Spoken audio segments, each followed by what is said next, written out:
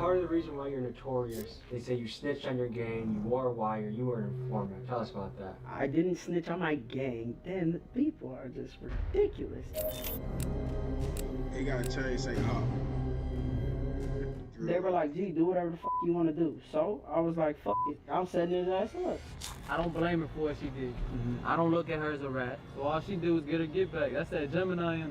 I'm a dead man walking. Why? Most hated shit. Why is that? They say I'm a snitch out here. I think that's what they say on the internet.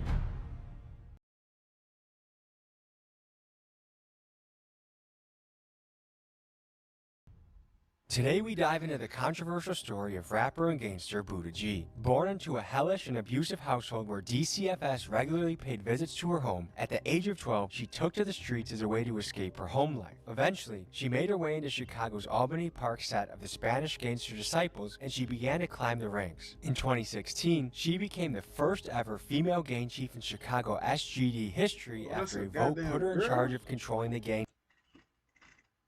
God damn, baby girl.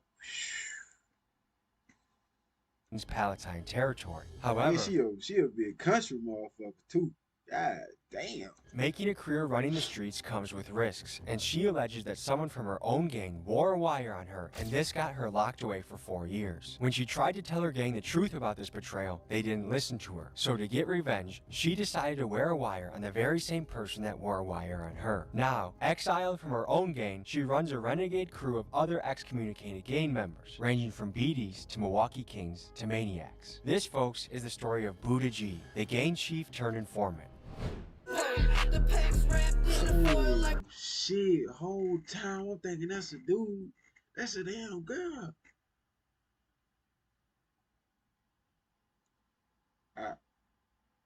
Fuck it. Yo! Yo, I'm 5 minutes out. I'm 10 minutes. You son of a... We'll be right there. Okay, we'll see you in a few then. Get you some chicken. I'll get a mound of chicken, okay? We're meeting a gangster rapper at a KFC. Is this kind of like the American stereotype that everyone else would think of where you'd meet a gangster rapper? I don't know. There's a little bit of concerns that the neighborhood she's from wants her erased, deceased, X'd out, disparado, no mas, adios amigos, or amiga. We have to decide that one. I ain't gonna lie though. Do y'all think that's ratting though? If somebody set you up and you set them back up, is that ratting? I mean, you know, I wouldn't know how to justify that. I'm gonna be for real though. Cause I mean like, well, bro, that's on some I don't think I would justify that as right though, man. That's like on some paid in full shit. You know what I mean? Like if anybody ever seen paid in full, they know what I'm talking about. You know what I mean? I don't know. I don't know, bro. That's a good argument. That's a good argument. Yo, big truck gang. What's going on with y'all, man? Hey, I hope all y'all having a blessed weekend. I hope y'all fam good. I hope y'all loved ones good, man. And I hope y'all safe, man. Most important thing, man. Hey, check this out. I love y'all, man. Y'all be good. And without further ado, man, hey, I ain't gonna hold y'all. Let's go. Biggest pet peeve about working with rappers is their timeliness. How the f you run your city, but you can't even run your clock or your schedule? This just isn't about Buddha G, this is about rappers in general. How do you buy a $40,000 Rolex and you can't even tell the goddamn time?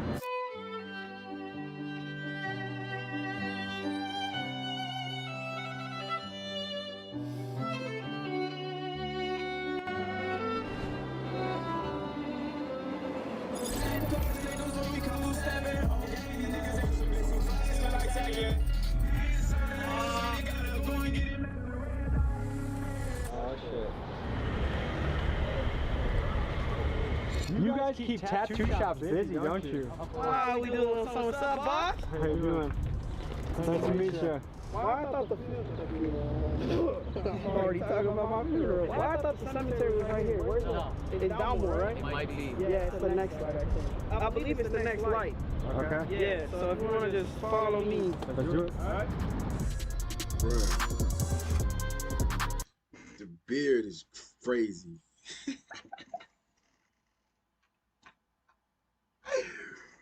Bro, the beard is crazy.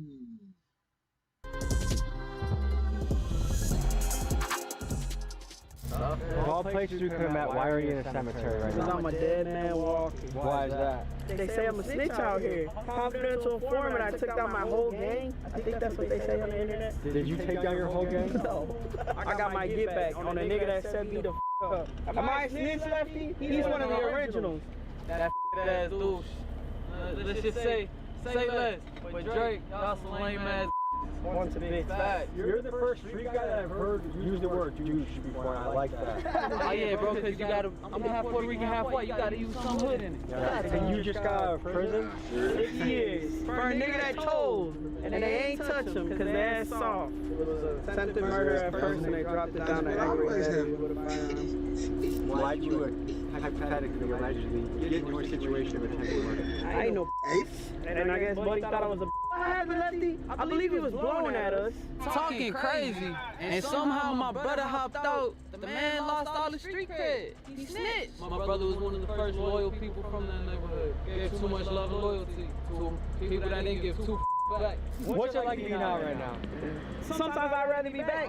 Why is that? Cause this ain't shit out here. The realest motherfuckers I be knowing are in jail. Free my doing 17, that's his auntie. So how high up were you in the SGDs? That was the chief of Palestine SGD. And now the crew split because of the situation. Well, one of them's dead. My brother, rest in peace, Huncho. Few of them live in Arizona now because the folks turned on them over me. The other ones flipped Drake and Ainsley. We gotta go to Albany Park because we're not ducking shit.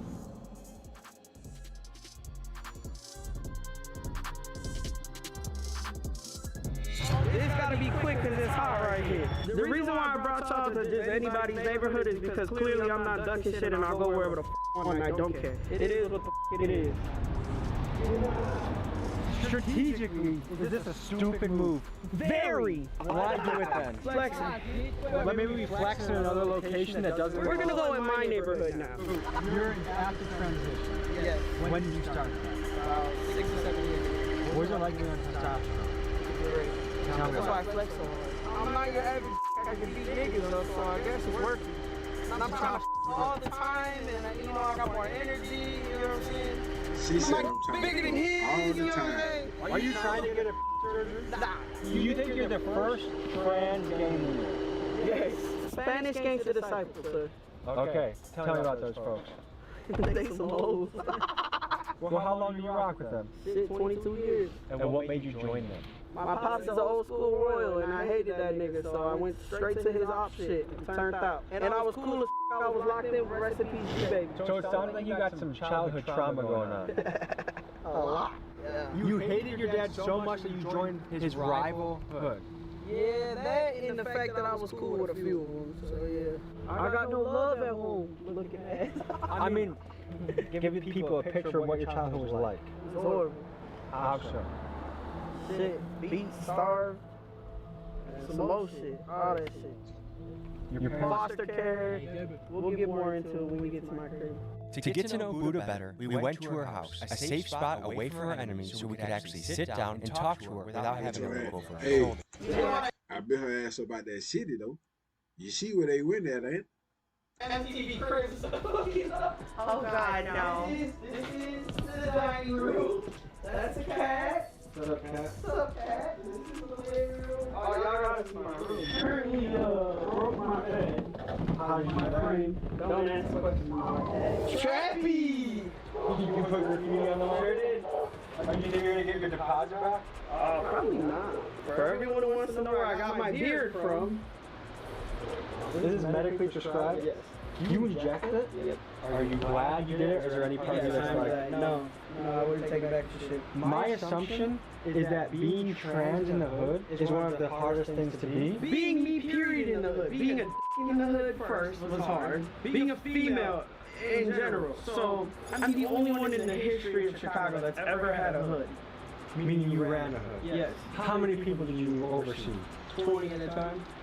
And what would be your responsibilities as a chief? To make sure they did what they had. That's I'm not gonna ask. Did you have team meetings? Hey guys, come over for spaghetti and pizza. We're gonna talk about how we're gonna spin the block. We had juntas, yeah. Juntas? We had organized meetings, yes. The SGDs were very organized. Within a clique like that, I've heard rumors that people might pay a monthly amount for life insurance, basically. Like if one of the crew gets shot, then you guys pay for the funeral with a... It's called a caja. Everybody pays dues. It depends on your hood. On my block, everybody paid $30 a week. What if someone didn't pay?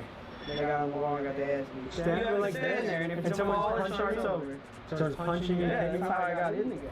And no defending? By grown men. No one's defending No, themselves? niggas bigger than you. How long? Gave me my initiation. My initiation was 2 minutes.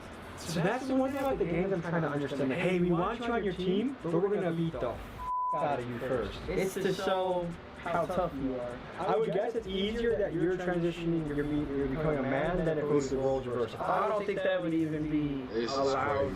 I wouldn't even someone like that.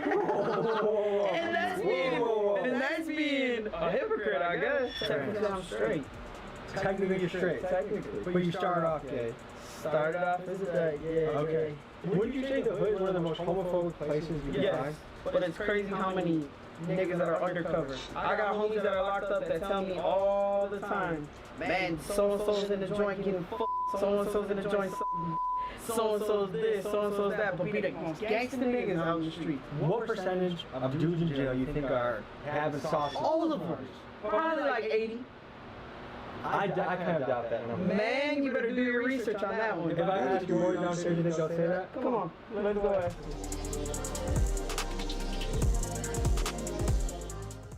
So Buttigieg alleges that up to 80% of dudes in jail do homoerotic behavior. Is that true? Well, maybe not 80, maybe like a good gang. Hold on. That sounds like a lot of niggas in that bitch. A strong 45 or 50, straight up. I'll say a lot of niggas definitely in that doing some freaky kinky shit, but 50% isn't an outrageous number.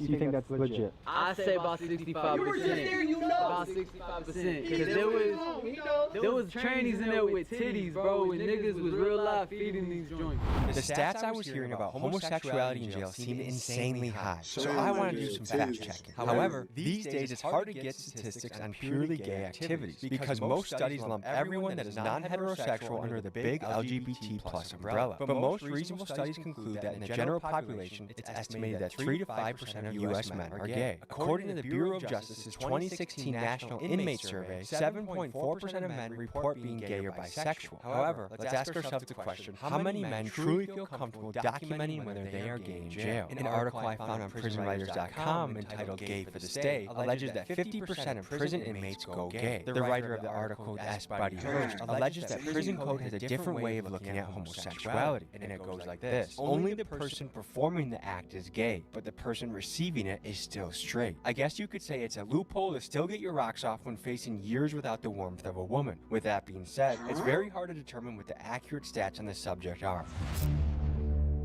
Part of the reason why you're notorious, they say you snitched on your gang, you wore a wire, you were an informant. Tell us about that. I didn't snitch on my gang. Damn, people are just ridiculous. When I was 14 going on 15, I had stayed with my OG and I had got kicked out basically. So I wasn't living in the city anymore. I had to go stay in Elgin. Well, while I was in Elgin, I was already SGD. I turned out SGD as 11 years old.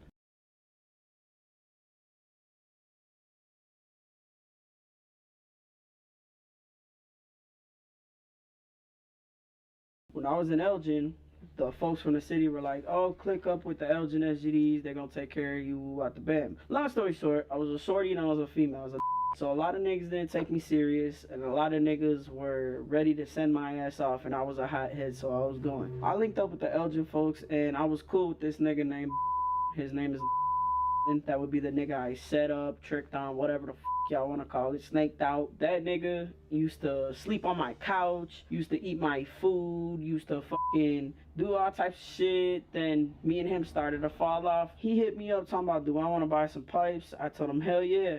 I was thirsty. I was 15. Hell yeah, I want to buy pipes. I'm a crash out. He fucking had me meet him in the Elgin Library parking lot. He hopped in the car. He threw me a duffel, well, not a duffel, like a Home Depot bag. And I didn't even get a chance to look in that bitch. I gave him $300. He fucking hops out. Next thing you know, we pulled out the parking lot and got whooped on by Elgin PD, like 20 swole. They booked me. I ended up doing, because no one wanted to pick me up, because I didn't have a guardian, no none of that. So I ended up staying there till I was 19.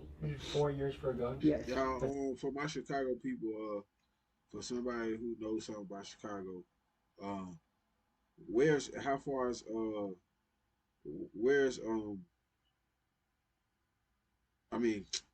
my bad, my Illinois people. Where's Elgin? How far is Elgin from Chicago? Or what's that other part of Illinois everybody be going to? I guess it's kind of like right there, beside Chicago. As a 15-year-old. As a 15-year-old. So anyway, y'all imagine the type of animosity and hate and grudge I had towards this man. I thought, okay, I'm an SGD. When I get out, they're going to do something about it. Okay, so I got out at 19. I was back in the hood. I called the demo. The folks told me basically like this: either I could take an ass whooping for pointing a finger at a member like that without paperwork, or I could shut the fuck up and just deal with it type shit, because it's his word against mine. So because I was a female and a shorty at the time, they said basically fuck me. So I stopped fucking with Elgin altogether, started doing my own thing. I ended up getting locked up again for unlawful communication of a witness. I went away again to the joint at 22. I came home at 24. When I came home from the joint, they had closed the original hood I was from. So they basically told me this: either you transfer out or you take your outs, basically get your ass beat out, whatever the fuck. They were like, you could either go to Drake and Ainsley or you could go to fucking Palatine where your little brothers are at. So I said, fuck it. I went to Palatine. They made me second seat. And the nigga that had first seat, which is my victim on my case, so I started picking the shorties up. At the time, I worked for a cleaning company. I used to give them little jobs, side jobs. They were working. They were putting money in their pocket. They weren't getting locked the fuck up. It came to a point where they voted Smiley, the nigga that had it for P-Town, they voted him out and voted me in as their chief. Local members did this. Yeah. At 28, going on 29 years old, I hadn't caught another felony for some years. So I was trying to work on like getting it expunged type shit. I had met with an attorney on a few different occasions out of Rolling Meadows. So long story short, he said,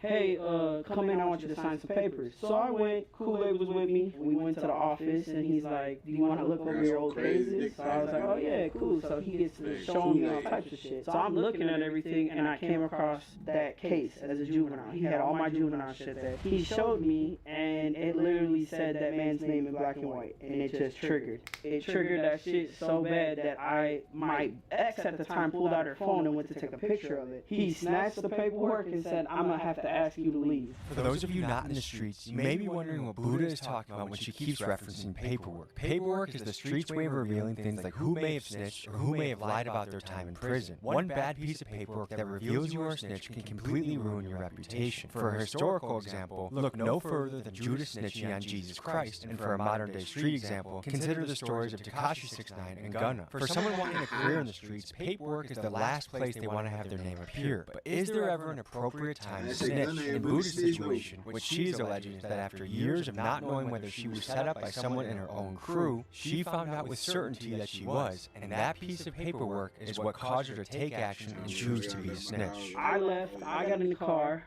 I got to calling all the SGDs that I know that got some juice, and I said, look, Kool-Aid now is the second person that is seeing this paperwork with this man's name on it. Either you guys do something or I'm going to smoke his ass something. They're like, well, you smoke his ass, we come after you. And not only do they come after me, they come after my girl, who has nothing to do with anything. Her we had a foster son at the time. Another kid I took in. My boys. Like, why do you think they didn't believe you? Because I'm female. So I was like, fuck it. I was like, I'm setting his ass up.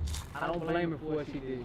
I don't look at her as a rat. She grew up in a fucked up situation. She was a female in an organization that is genuinely male. They picked on her.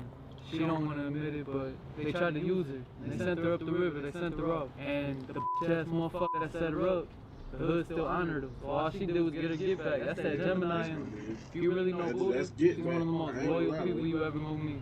But she does believe in eye for an eye. And do I call that snitching? No. The way I met Buddha G, you know, same hometown over there. Bro, I ain't gonna lie, bro. That's a conversation, man. I ain't gonna lie, bro. That's a conversation, bro. I ain't gonna lie. Y'all drop below and let me know, man. That's a good argument, bro. Cause I'm saying you gotta look at it right, like, and I'm not like saying like I would do this, but what I'm saying is like you gotta look at it though. Say you and somebody out, but they plotting on you for years to set you up. After you get locked up, you come home.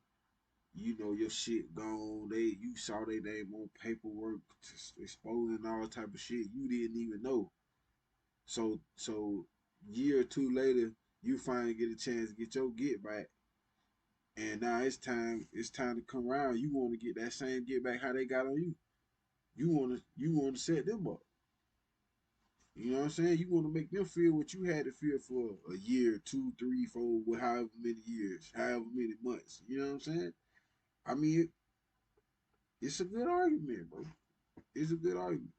Like in Elgin, like I said, you know, she had to do what she had to do, you know. It's like when 6ix9ine, you know, when he ratted, you know, he ratted on people that betrayed him, you know. See, obviously, but that's different though. He ain't nobody went to the police on him though. He just told. He just said fuck everything. That's different. Nah, that motherfucker, that's snitching. Period. I don't fuck what you say. Nigga, you telling confidential secrets. You no. when motherfuckers, when them soldiers go to war and they get caught by the other country, they ain't telling no secrets. Cause more than likely you gonna die anyway. So you just told your secret. You just told your country secret for nothing. Some make it out though. For the ones that make it out, and for the ones that don't make it out, still salute both sides. But I mean, that's just the fair truth of it. Is what I'm trying to get at. in this case, it's the same situation. You know, she had a rat on somebody that betrayed her as well, you know. Do you think it's justified to rat on somebody that betrayed you?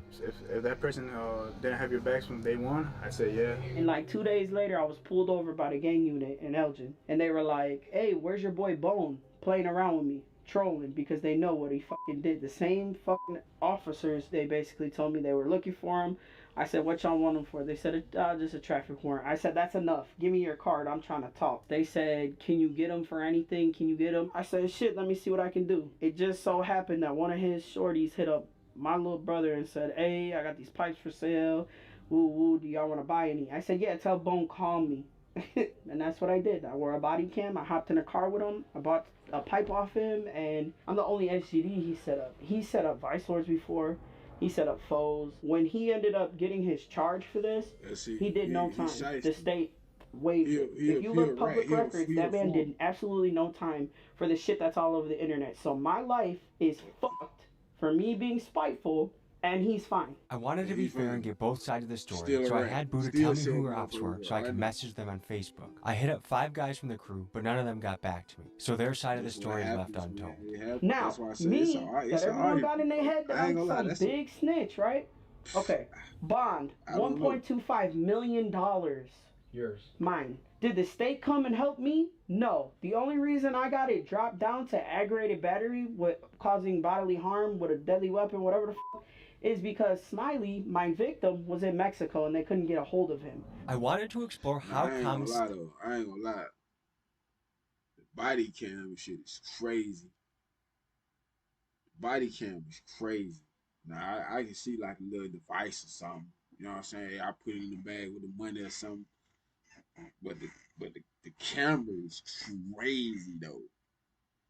Yeah, that's crazy. Snitching really is. And there's a variety of stats that you'll find on this. One study from the Innocence Project found that 11% of people convicted of a federal crime got a reduced sentence for providing substantial information. Another study by Northwestern School of Law found that in cases when a defendant was wrongfully sentenced to death, 46% of the time it was because of a false testimony of a jailhouse snitch. Now, it's easy for us to sit on the sidelines and claim that we ourselves would never snitch, but when faced with spending years of your life in a cage or facing the death penalty, it's easy to understand why people turn informant to save their own skin. So it goes to show, for a criminal organization, a code of silence is essential, because even just one snitch is powerful enough to bring the whole group down. And if you want proof of this, you'll have to look no further than the RICO cases that brought down the Italian mobs in the 1980s and 90s. What makes you the leader? Cause I don't be sending niggas off, gang. My niggas weren't getting locked up. My niggas were doing real life shit, making real money moves. They was getting to that bag. True leader is somebody that will get in front of you and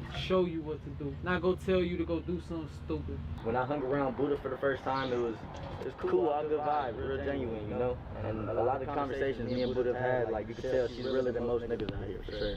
Everybody that was under Buddha when she was chief of her hood and shit, everybody was, anything that Buddha had, they had. You feel me? That's what made Buddha a good leader. What's crazy is we grew up in a neighborhood damn near next to each other. She had a fucked up household, I had a fucked up household. And I was in a low predicament, I met her, and from there she took me in. She never switches. If she got it, you got it. I mean, shit, I grew up literally in trap house. I grew up on the block. I grew up sleeping in gangways. Like, I had to fend for myself. I've been stabbed, I've been shot, I'm shot at. When I got shot, I got that fucked up left lung now. I can't breathe out of my left lung like that. So that's why it was nicknamed Lefty as a child. How old were you when you got shot? I was 15, about to be 16. That's young, dude. I was a kid, got it marked across my back. I'll never get rid of it.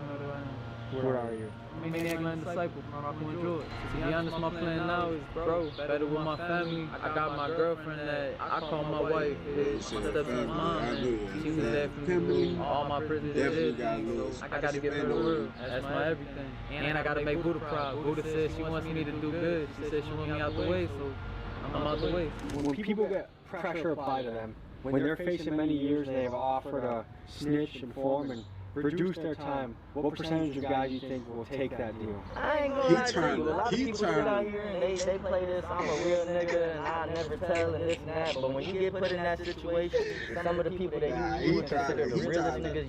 He trying to make it seem like she just 6'9" on some type shit. Bro, that wasn't the case, bro. I'm not even gonna let him.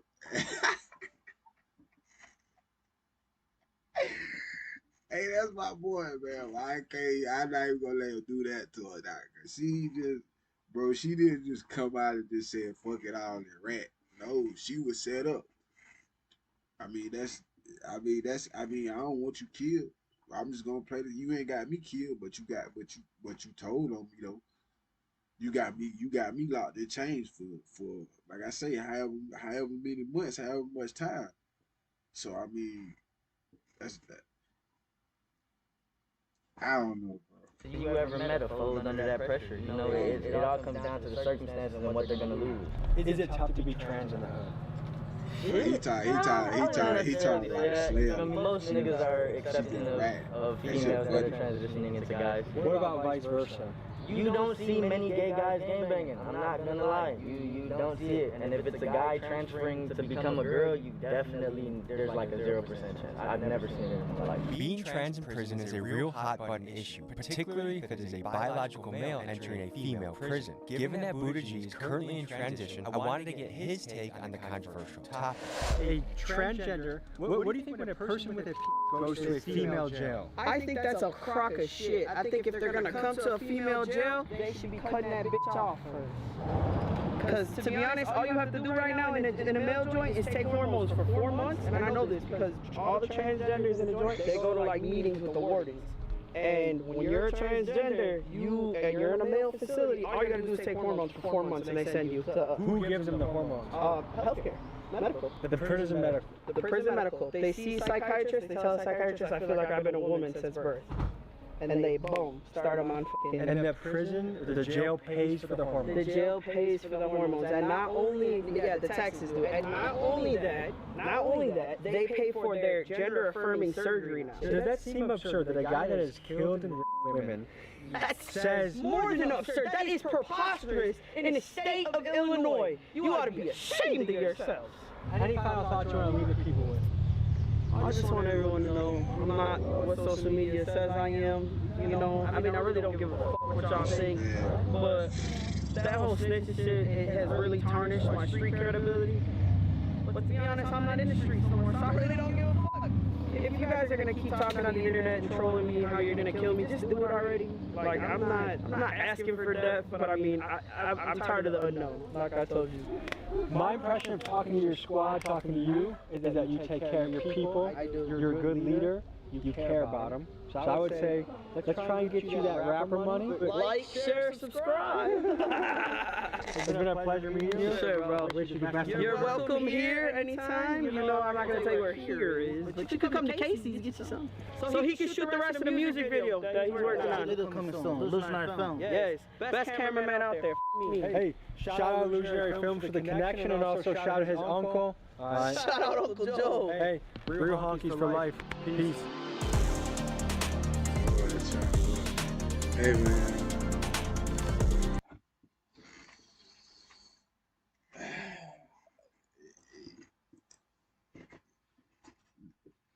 The female man thing's crazy. But what I will say is crazy topic, man. Crazy topic, bro.